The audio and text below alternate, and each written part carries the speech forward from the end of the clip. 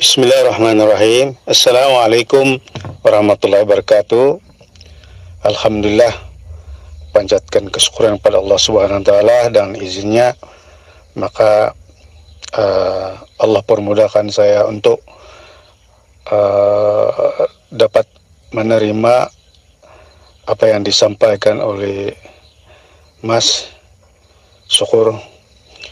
Cuma ada satu persoalan yang saya ingin bertanya, yang mana dikatakan oleh ahli-ahli fuqaha ataupun ahli-ahli hadis, orang-orang sufi mengatakan bahwa syariat, tarikat, hakikat, dan ma'rifat itu tidak boleh dipisah-pisahkan ataupun dia berkesinambungan. So, di sini timbul ketidakpahaman saya tentang syariat. Apa yang saya pahami tentang syariat itu ialah satu peraturan dalam kehidupan. Ini yang dapat saya pahami daripada yang diterangkan yang diterangkan oleh ustadz-ustadz, para imam-imam dan sebagainya. Sebarangkali bagi pandangan ahli-ahli makrifat, syariat ataupun tarikat, hakikat, ma'rifat itu berbeza. Jadi bolehkah Mas terangkan kepada saya tentang bagaimana yang dikatakan syariat menurut ahli ma'rifat? Jadi itu saja yang saya dapat kemukakan pada masa ini. InsyaAllah mudah-mudahan dapat dijelaskan. Makasih. Assalamualaikum warahmatullahi wabarakatuh. Bismillahirrahmanirrahim. Ashhadu an la ilaha illallah wa ashhadu anna Muhammadar Rasulullah. Allahumma salli ala sayyidina Muhammad wa ala ali sayyidina Muhammad. Rabbi shrah li sadri wa yassir li amri wahlul 'uqdatam min lisani yafqahu qawli. Amin. Bismillahirrahmanirrahim. Memang kalau kita belajar babakan syariat, babakan thariqah, babakan hakikat, dan babakan ma'rifat yang ada di luar diri, maka pastilah banyak perbedaannya, banyak perselisihannya, tidak sinkron. Maka dari itu kami jelaskan yang simpel saja, yang simpel, yang mana nantinya babakan syariat, thariqah, hakikat, dan ma'rifat akan menjadi esah, menjadi ahad.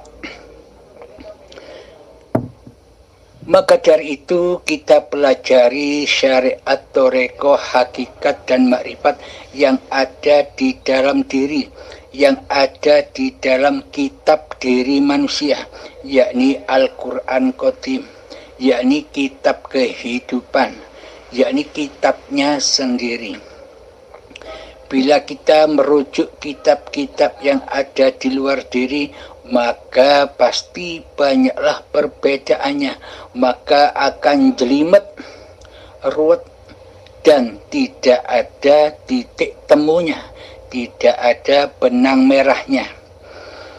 Maka dari itu kita tarik benang merahnya, apa yang diperdebatkan pada babakan syariat, thariqah, hakikat, dan ma'rifat yang ada di luar diri, kita tarik benang merahnya yang ada di dalam diri.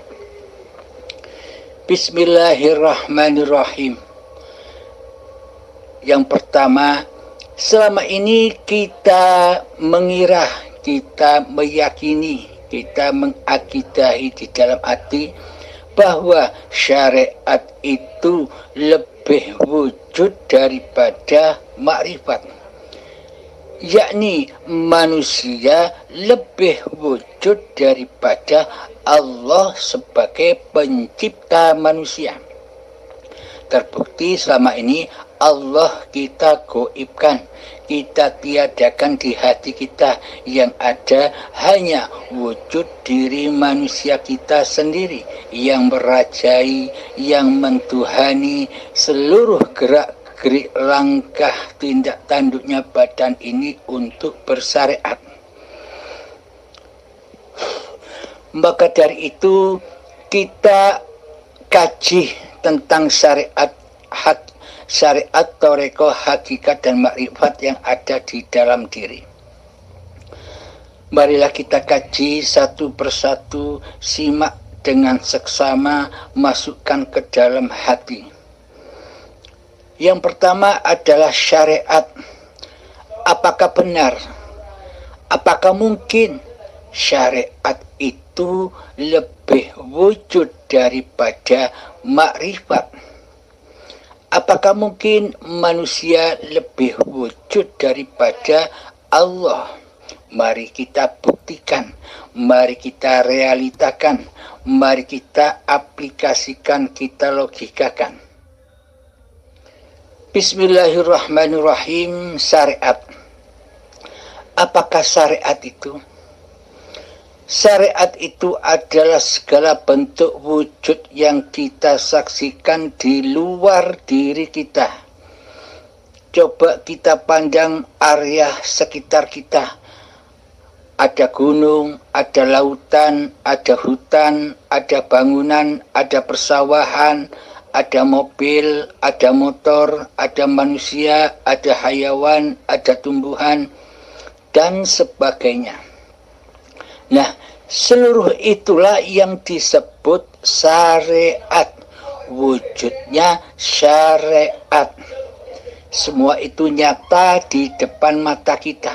Semua jelas nampak, nyata. Inilah yang disebut syariat. Badan kita, coba perhatikan, lihatlah badan kita, tangan kita, kaki kita, bisa kita pegang, bisa kita wujudkan keberadaannya lewat mata kita. Jadi pada intinya seluruh yang wujud di luar diri yang selain Allah inilah syariat. Selama ini manusia merasa bahwa wujudnya syariat ini lebih nyata daripada wujudnya makrifat.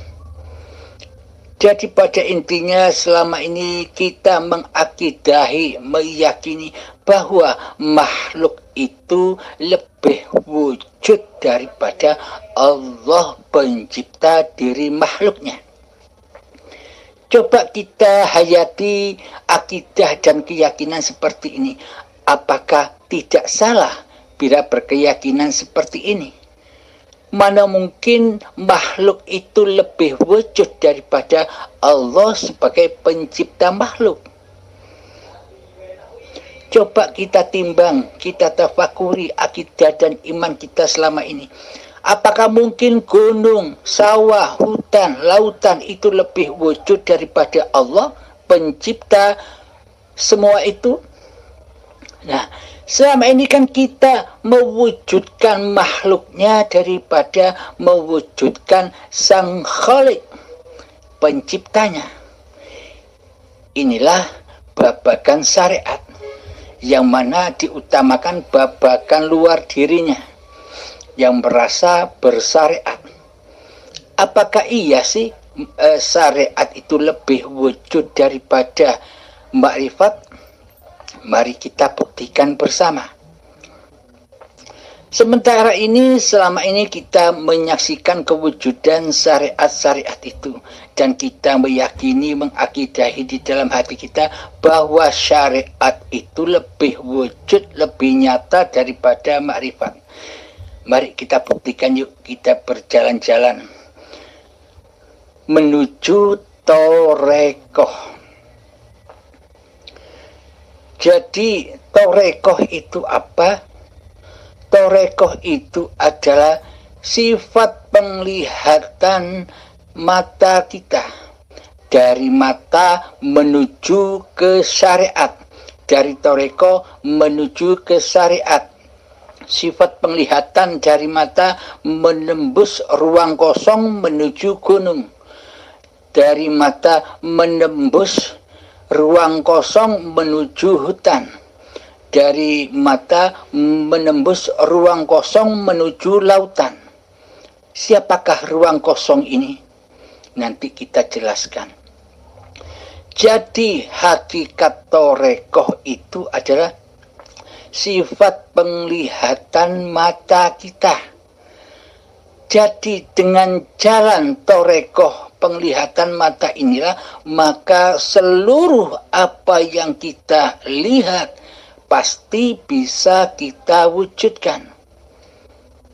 Jadi dengan sifat penglihatan mata ini, inilah yang disebut torekoh.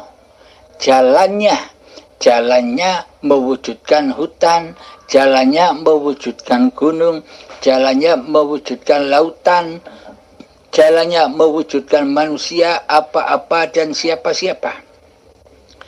Dengan jalan torekoh inilah, maka wujudlah segala sesuatu yang kita pandang. Jadi kira-kira saya bertanya kepada Anda, kira-kira lebih wujud mana antara seluruh syariat dengan torekoh? Coba Anda resapi di hati Anda, lebih wujud mana kira-kira antara seluruh syariat yang kita pandang ini dengan wujudnya sifat penglihatan mata, dengan torekoh? Pasti bagi hati yang jernih akan mengatakan, oh ternyata syariat itu tidak ada goib tanpa torekoh, tanpa penglihatan mata, tanpa sifat lihat yang ada di mata. Jadi siapakah yang mewujudkan seluruh syariat-syariat yang kita pandang? Yang mewujudkan seluruh syariat-syariat yang kita pandang di luar diri kita adalah torekoh inilah yang mewujudkan. Sifat lihat inilah yang mewujudkan seluruh syariat-syariat yang ada di luar diri kita. Tanpa ada sifat lihat, maka seluruh syariat-syariat itu akan hancur, akan fana, akan goib dalam pandangan mata kita ketika mata kita terpejam. Contoh, Anda duduk-duduk di tengah hutan. Ketika Anda terbangun, maka nyatalah pohon-pohonan yang besar, nyatalah hayawan-hayawan, burung-burung yang berkicau indah akan nyata dan wujud dalam pandangan mata Anda. Ketika kita sudah tertidur nyenyak, senyenyak-nyenyaknya, kira-kira apakah masih wujud syariat-syariat yang Anda, yang kita pandangi tadi? Wujudnya tumbuh-tumbuhan, wujudnya burung-burung, wujudnya hayawan, wujudnya gunung, wujudnya hutan, apakah masih wujud di dalam pandangan Anda? Nah, kan semuanya sudah hancur lebur ketika kita sudah tertidur. Nah, kira-kira lebih wujud mana antara syariat dan torekoh? Nah, maka torekohlah yang lebih wujud daripada syariat. Tanpa torekoh, tanpa sifat penglihatan, maka syariat, maka segala sesuatu itu tak akan pernah wujud di hadapan kita.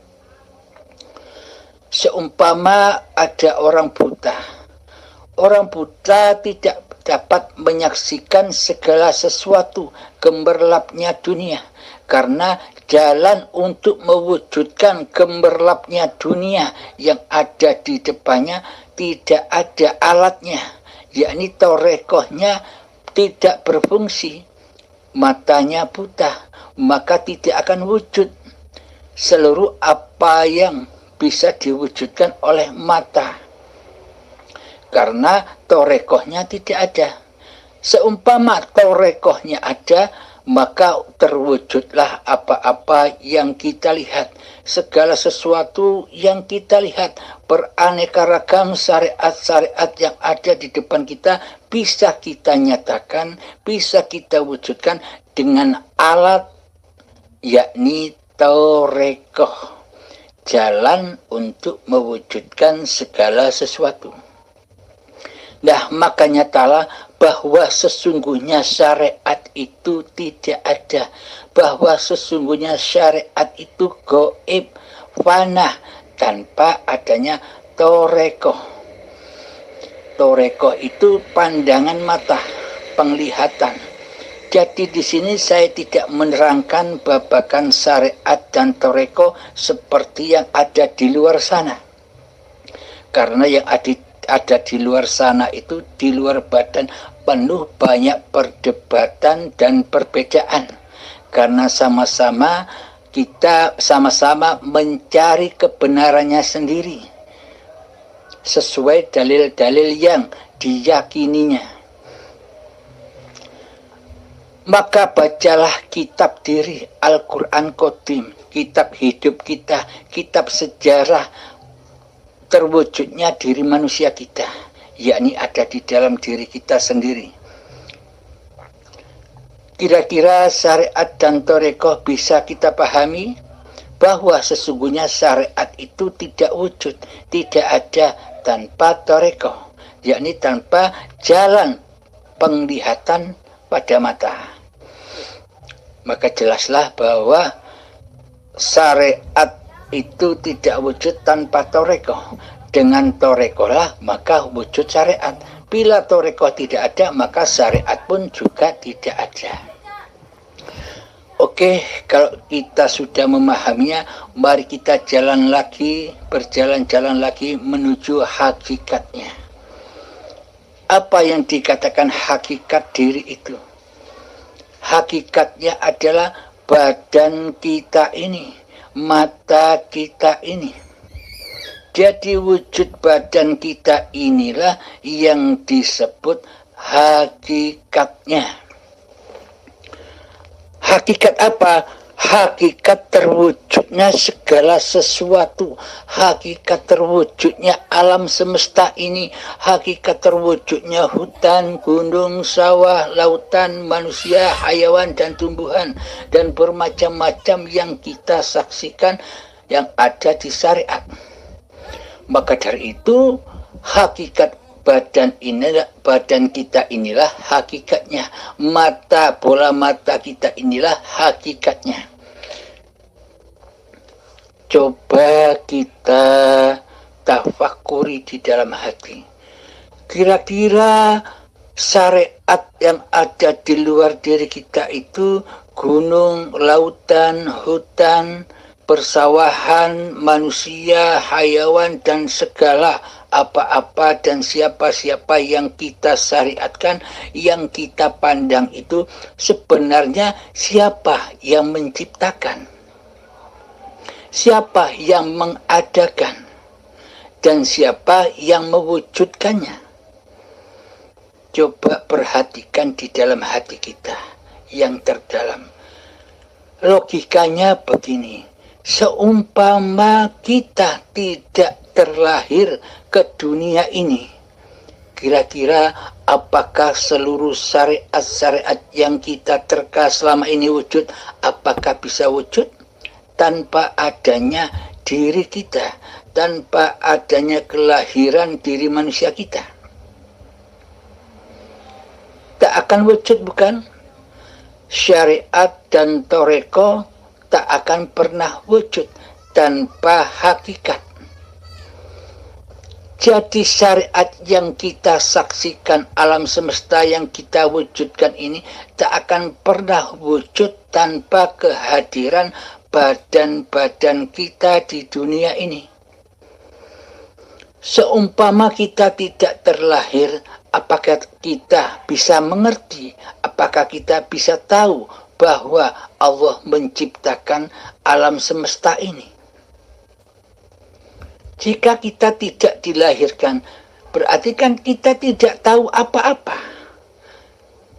Tidak tahu gemerlapnya dunia, tidak tahu gebiarnya dunia. Jika kita tanpa dilahirkan ke dunia ini.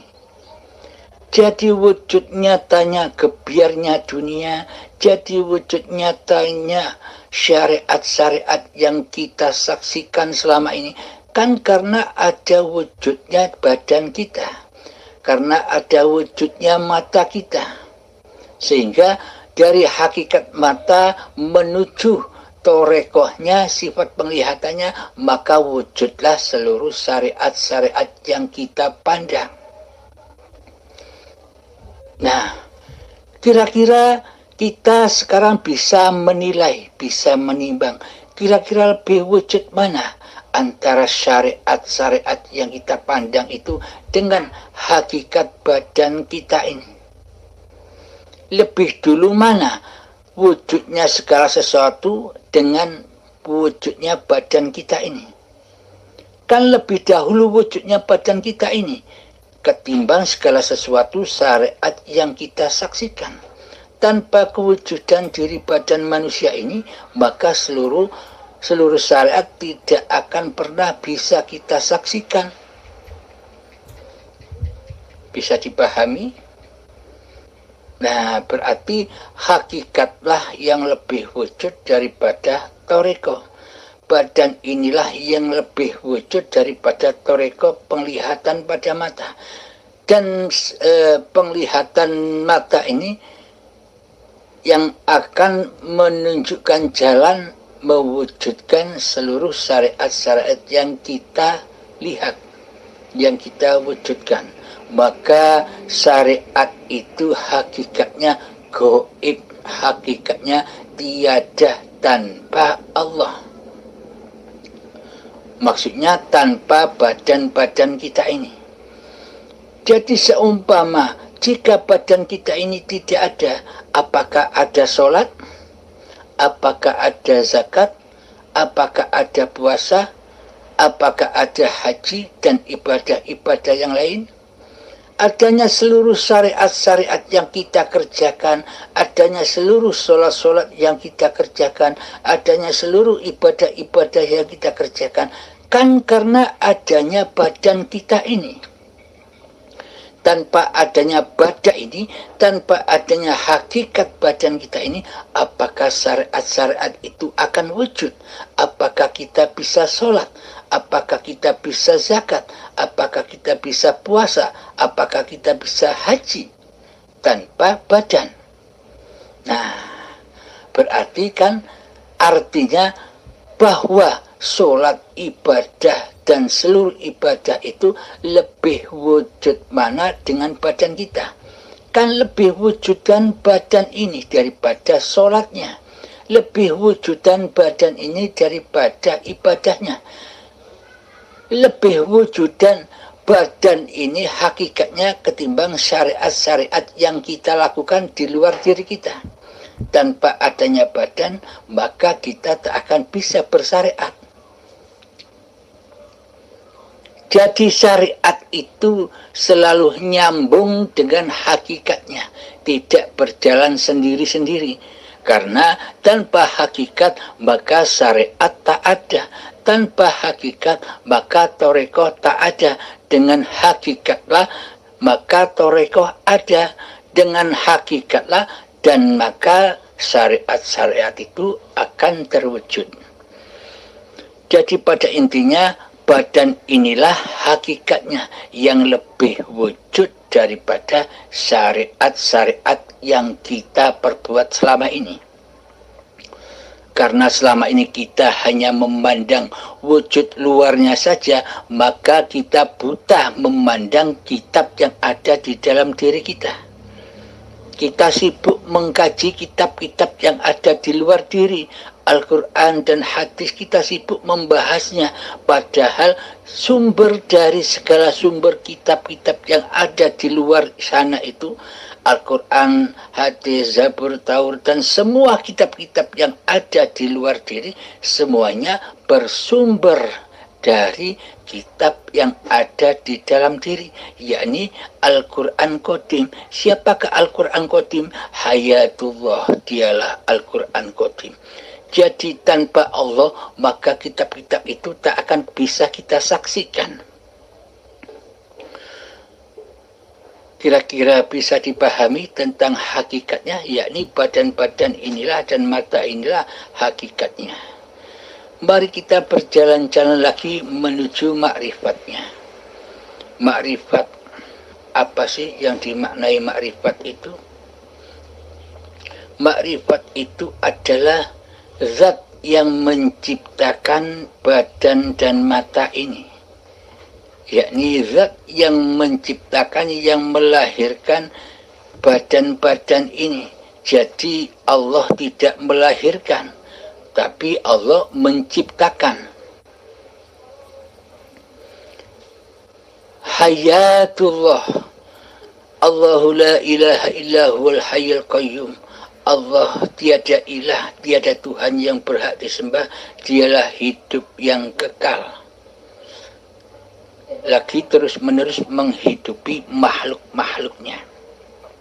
Coba kita perhatikan, kira-kira apakah hakikat ini bisa lahir sendiri? Apakah badan-badan manusia ini bisa terlahir sendiri tanpa adanya kehidupan, tanpa adanya Allah, tanpa adanya makrifat? Makrifatullah, hayatullah, sejak dahulu kala, sejak cikal bakal badan ini masih berupa tanah, Allah lah yang menghidupi tanah, sehingga tanah diperjalankan oleh Allah, disuapi makanan, diminumi, dicukupi segala kebutuhannya, sehingga tanah ini berkembang biak menuju kepada tumbuh-tumbuhan.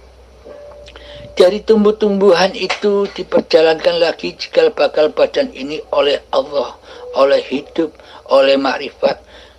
Diasupi lagi, dicukupi lagi segala kebutuhannya, disuapi, dimakani, diminumi, sehingga menjadi berkembang, menjadi hasil buah-buahan di dalam tumbuh-tumbuhan itu. Ada sayur mayur, ada buah-buahan, ada beras, ada padi, dan sebagainya. Disitulah Allah memperjalankan manusia. Di dalam Al-Quran, Allah menghidupkan manusia 2 kali dan Allah mematikan manusia 2 kali. Kapan Allah menghidupkan manusia? Mulai menghidupkan manusia sejak dari tanah itulah dihidupkanlah tanah itu sampai menuju bayi. Itulah kehidupan manusia yang pertama.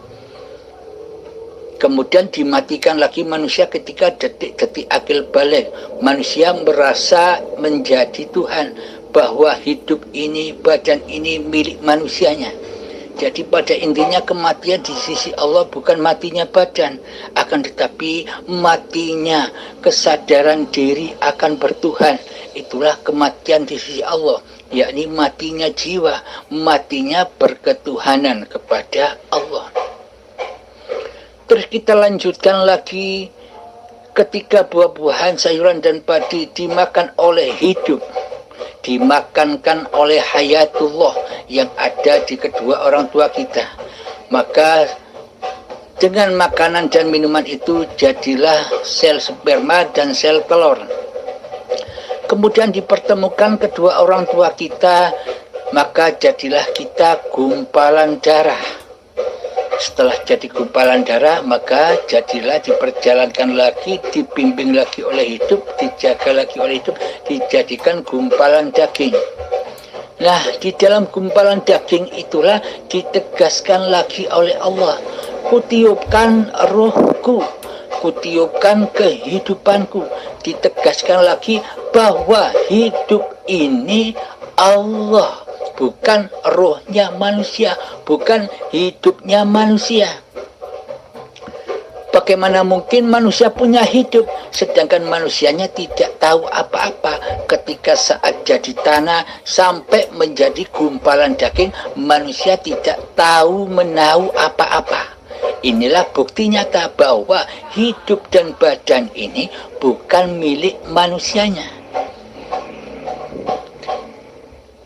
Maka dari itu setelah diperjalankan sampai menjadi bayi yang suci, itulah kehidupan. Jadi dari tanah sampai menjadi bayi yang suci, itulah kehidupan. Itulah yang maha suci. Kenapa bayi dilahirkan kullu mauludin yuladu alal fitrah? Seluruh bayi yang terlahir ke dunia ini dalam keadaan suci bersih. Karena saat bayi masih suci dari pengakuan diri manusianya. Karena manusia kita masih tiada, masih gaib, masih fana, belum ada, belum terlahir secara hakikatnya. Secara syariatnya sudah terlahir sebagai bayi, tapi ingatannya, kesadarannya, persaksiannya sebagai manusia belum ada, masih gaib, masih mati. Inilah yang dikatakan kesucian di sisi Allah.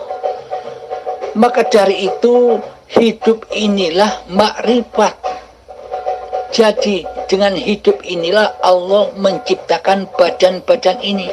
Dengan makrifatlah Allah menciptakan hakikat, yakni badan dan mata ini.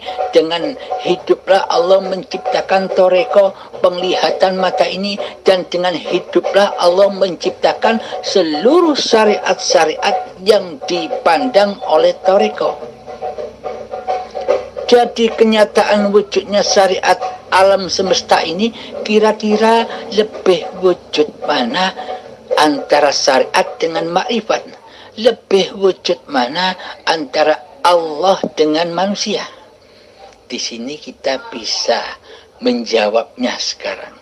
Karena tanpa Allah maka badan ini tak ada. Maka tanpa Allah seluruh penglihatan atau toreko ini tak akan pernah ada. Dan tanpa Allah, tanpa hidup, maka seluruh syariat-syariat yang kita pandang juga tidak ada, gaib. Sesungguhnya syariat itu gaib. Yang mewujudkan syariat itu Allah, hidup. Jadi bukti wujudnya hidup ini adalah ketika kita bisa menyaksikan segala sesuatu alam ini. Inilah bukti nyatanya wajhullah. Inilah bukti wajhullah, yakni hidup inilah yang menampilkan, yang mewujudkan segala apa-apa yang kita lihat. Jadi kita jangan memandang syariatnya, pandanglah hakikatnya, pandanglah hidup, saksikanlah hidup. Selama ini kita banyak perbedaan-perbedaan di sisi manusia karena selama ini kita hanya memandang syariat-syariatnya. Kita memandang hanya kitab-kitab syariatnya, dalil-dalil syariatnya. Maka dengan Al-Quran Qadim inilah maka terkuaklah seluruh perbedaan-perbedaan itu akan menjadi satu akidah, yakni hayatullah. Karena di luar diri itu apa yang dibahas di syariat itu sangat amat luasnya. Kita tidak bisa belajar hanya sebentar, butuh puluhan tahun. Di dalam toreko pun kita juga belajar butuh puluhan tahun. Di dalam mempelajari, memahami ilmu hakikat pun kita butuh puluhan tahun untuk memahaminya. Itu dalam batas memahaminya, belum mengaplikasikan di dalamnya. Maka sangatlah amat sulit bila kita masih belajar di luar diri. Maka masuklah belajar kepada Allah yang ada di dalam diri. Bukalah kitab-kitab kita, bukalah Al-Quran Qadim itu pelan-pelan, maka akan terkuaklah rahasia dunia. Maka terkuaklah alam-alam yang dikatakan alam kematian, alam kubur, siksa kubur, hari kiamat, alam kemudian, hari akhir, hari akhirat, yaumul hisab, buat siratal mustaqim, neraka, surga akan terkuak dengan nyata. Kenapa alam-alam itu gaib dan kita mengira alam-alam itu besok hadirnya, besok adanya ketika badan-badan kita sudah mati. Nah, mana mungkin badan-badan yang sudah tak ada hidupnya, mana mungkin badan-badan yang sudah mati ini bisa melewati alam-alam itu. Sedangkan ketika badan mati itu sudah dikembalikan kepada Allah. Inna lillahi, dariku yang suci sebagai bayi, wa inna ilaihi roji'un. Dan ketika manusia sudah mati, maka sucilah manusianya. Sama seperti bayi. Karena apa? Karena pengakuan diri manusianya sudah tidak ada lagi, sudah gaib lagi, sudah fana lagi, maka yang ada hanya Maha Suci Allah. Karena manusianya sudah tidak menjadi Tuhan lagi, maka sucilah badan-badan ini berangkat kembali ke asalnya, yakni jadi tanah lagi seperti semula. Awalnya manusia gaib, berakhir pun gaib. Awal Allah yang wujud, akhir pun Allah yang wujud. Jadi kita sekarang sudah menyadari, kita sudah mengerti, memahami, mempatrapkan dalam hati bahwa sesungguhnya syariat-syariat itu gaib. Syariat-syariat itu tidak ada tanpa Allah. Jadi syariat sudah tidak teraku-akui oleh syariat makhluknya. Jadi semua toreko yang terjadi sudah tidak teraku-akui toreko makhluknya. Jadi badan-badan ini hakikatnya sudah tidak teraku-akui lagi badan milik manusianya. Karena seluruhnya miliknya hidup. Yang ada syariatullah, yang ada torekotullah, yang ada hakikatullah, dan yang wujud adalah ma'rifatullah. Hidup itulah yang wujud. Jadi pandanglah, saksikan hidup di dalam memandang segala sesuatu. Saksikanlah hidup di dalam memandang segala syariat-syariat yang berlaku atas badan ini. Pandanglah dan saksikan hidup atas segala seluruh toreko-toreko yang ada di mata dan di telinga ini. Pandanglah hiduplah yang menguasainya. Pandanglah hiduplah yang memerankannya. Bukan badan kita ini yang bisa berperan sendiri. Karena hidup dan badan ini bukan milik manusianya, bagaimana mungkin kita mentuhani hidup dan badan seperti selama ini yang kita lakukan? Astaghfirullahaladzim. Semoga dengan keterangan ini kita bisa memahami dan mengaplikasikan praktek langsung setahap demi setahap, sedikit demi sedikit, selalu menyaksikan hidup, selalu menyaksikan Allah lah yang menguasai kehidupan ini. Semoga bisa dipahami oleh kita semua. Assalamualaikum warahmatullahi wabarakatuh.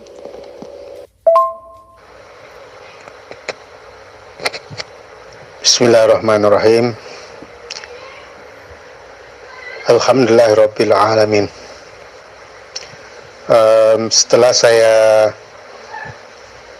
dengar apa itu syariat, tarekat, hakikat, ma'rifat, jadi ternyata saya dapat simpulkan maksudnya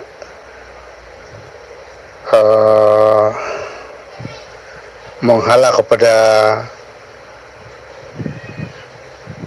mengenalin apa itu hidup ataupun hayatullah. Semua persoalan-persoalan ataupun pertanyaan-pertanyaan yang saya kemukakan untuk diberi pencerahan, nyata pada keseluruhannya penghujungnya ialah ke arah ataupun menghala kepada mengenali siapa sebenarnya hayat itu ataupun hidup itu. Dan jelas dan ternyata bahwa yang hidup itulah yang sebenarnya yang dikatakan hayatullah. Jadi artinya inti persoalan yang saya kemukakan selama ini, dia hanyalah sebenarnya menghala agar kita mengenali bahwa diri kita sebenarnya tidak wujud, ataupun yang wujud itu yaitulah yang dikatakan hidup, yaitu hayatullah. Jadi alhamdulillah, terima kasih Mas karena dapat memberi pencerahan persoalan yang saya kemukakan selama ini. Dan tidak lain dan tidak bukan, inilah yang perlu dikenali oleh semua pihak ataupun semua yang mempelajari ilmu hakikat ma'rifat. Sekali lagi saya ucapkan terima kasih kepada Mas karena memberi ruang kepada saya agar memahami apa sebenarnya itu hayatullah ataupun yang dikatakan hidup yang sebenarnya hidup. Terima kasih. Assalamualaikum warahmatullahi wabarakatuh. Waalaikumsalam warahmatullahi wabarakatuh.